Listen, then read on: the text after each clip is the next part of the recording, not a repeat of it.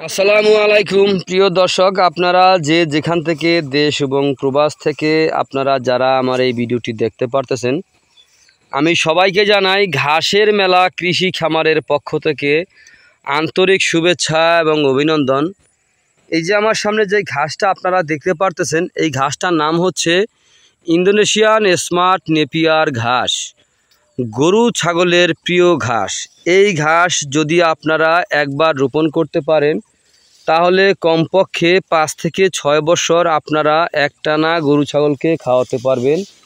এই ঘাসটি বর্তমানে বাংলাদেশের সেরা ঘাস হিসেবে পরিচিত। এই ঘাসটি কীরকমভাবে হয়ে থাকে তো চলেন আমরা একটি ঝোপ আমি আপনাদেরকে দেখাচ্ছি কত বড় হয়েছে। এই যে দেখেন, এখানে একটি ঝোপ আমি আপনাদেরকে দেখাচ্ছি কত বড় হয়েছে। দেখেন একটি ঝোপ কত বড় যে হয়েছে, সেই দৃশ্যটা আপনারা একবার দেখেন। একটি ঝোপে কি পরিমাণে ঘাস হয়েছে তা আপনারা নিজ চোখে না দেখলে নিজেরা বিশ্বাসই করতে পারবেন না যে এত ঘাস একটি ঝোপে কিভাবে হয়ে থাকে। এই দেখেন, এখান থেকে একটি ঝোপ কত বড় হয়েছে, যত বড় হয়েছে তা বলারও বাইরে। কিন্তু এরকম ঘাস কিন্তু আপনার অন্য অন্য ঘাস কিন্তু এরকম হয়ে থাকে না। এই যে দেখেন পাশের আরেকটি ঝোপ কত বড় হয়েছে।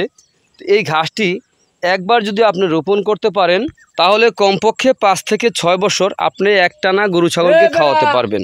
এই যে দেখেন, এই ঘাসটি খুব সহজে কিন্তু গরু ছাগলকে খাওয়ানো যায়।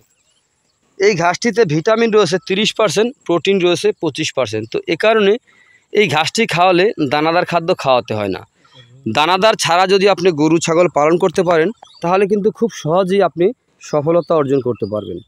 দেখেন, আপনারা ইন্দোনেশিয়ান স্মার্ট নেপিয়ার ঘাসের কাটিং রোপণ করুন, আপনার গবাদি পশুকে ভিটামিন প্রোটিনযুক্ত ঘাস খাওয়ান, তাহলে আপনি খুব সহজে সফলতা অর্জন করতে পারবেন। ইন্দোনেশিয়ান স্মার্ট নেপিয়ার ঘাস গরু ছাগলের প্রিয় ঘাস। এই ঘাস একবার রোপণ করলে 5 থেকে 6 বছর খাওয়ানো যায়। পাতাযুক্ত ঘাস, এই ঘাসটি গরু ছাগলকে খাওয়াতে কোনো মেশিনের প্রয়োজন হয় না। তো যাই হোক, যদি আপনাদের আমার এই ভিডিওটি ভালো লেগে থাকে তাহলে আমার চ্যানেলটিকে আপনারা অবশ্যই সাবস্ক্রাইব করবেন, তো বেশি বেশি করে শেয়ার করবেন। তো আপনারা যে যেখান থেকে দেশ এবং প্রবাস থেকে আপনারা যারাই আমার এই ভিডিওটি দেখতে পারতেছেন, আমি সবার সুস্বাস্থ্য কামনা করে আজকের মতো এখানে বিদায় নিচ্ছি। আসসালামু আলাইকুম ওয়া রাহমাতুল্লাহি ওয়া বারাকাতুহু।